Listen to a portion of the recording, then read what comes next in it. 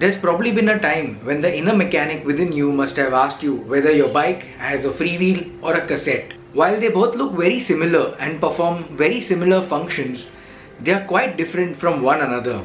So let's get into the video to know the difference between a freewheel and a cassette.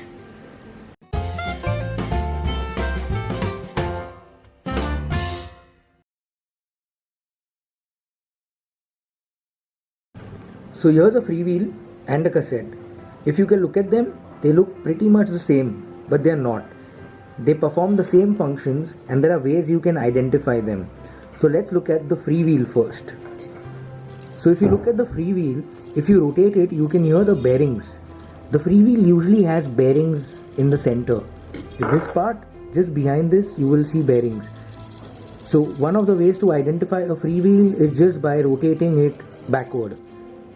On the other hand, if you look at a cassette, the cassette has two separate cogs and a lock ring, and then it doesn't have bearings in here. It slides onto the hub and you can then put these rings on and then put the lock ring and hold everything in place. The second way to identify a freewheel and a cassette is look at the center area.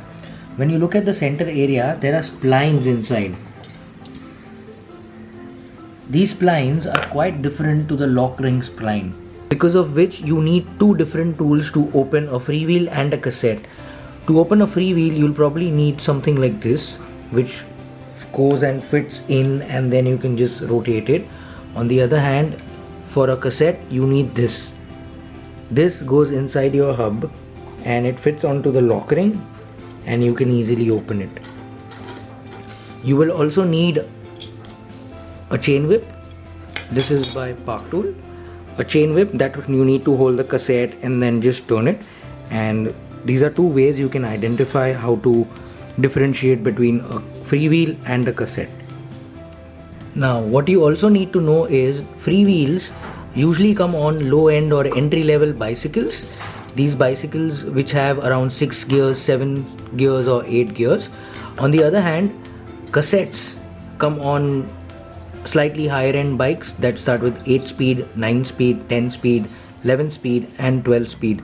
Now I'll show you what the freewheel and the cassette slides on, so you will understand what you have on your bike and what tools you need to remove in case these parts get damaged and they need to be replaced.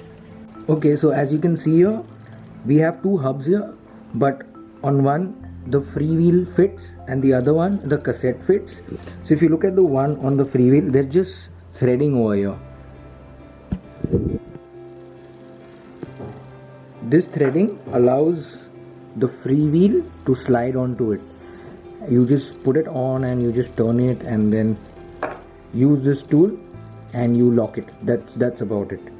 But on the other hand, if you look at this hub, which is a cassette hub, you have a hub with a free hub body. This part is called the free hub body, and on this the cassette slides on. So the cassette has these splines which go all the way back, and there is one that's really small. I think so this is the one here. It's really small compared to the other splines. You need to match that with the one on your free hub and just slide it on, and then you put your lock ring and then use this tool and just tighten it up. That's about it. Another thing is, if you want to install a freewheel on a free hub body, you cannot do that. Same goes for a hub which is made for a freewheel, but you want to install a cassette. The bottom line is they cannot be interchanged. So besides these, we also have something like this, which is called the single speed freewheel. This will only fit on a freewheel hub. It will not fit on a hub which is made for the cassette. So if you have something like this is also a freewheel without any gears, just one single cog, and it's made to fit on a freewheel hub. So if you are wondering whether a freewheel is better or a cassette is better, let me tell you, the freewheel is an old technology that has been being used, and if you're looking to upgrade your bike from a 7 speed to 8 speed or a 9 speed or even a 10 speed, it cannot be done with the use of a freewheel. However, on the other hand, a cassette can be upgraded to a 9, 10, 11 speed easily, or even a 12 or a 13 speed, which might require you to change the free hub. So that's one of the pointers. Other thing is the weight of the freewheel. If you look at the weight of the freewheel, it's far more compared to that of a cassette.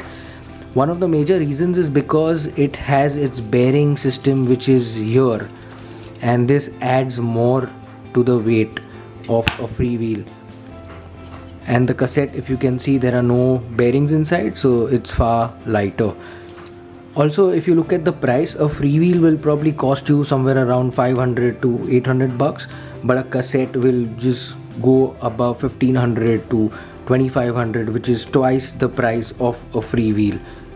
So considering the discussion that I just ran you through, I feel a cassette is far more better as compared to a freewheel.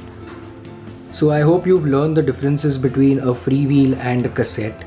That being said, don't forget to subscribe to our YouTube channel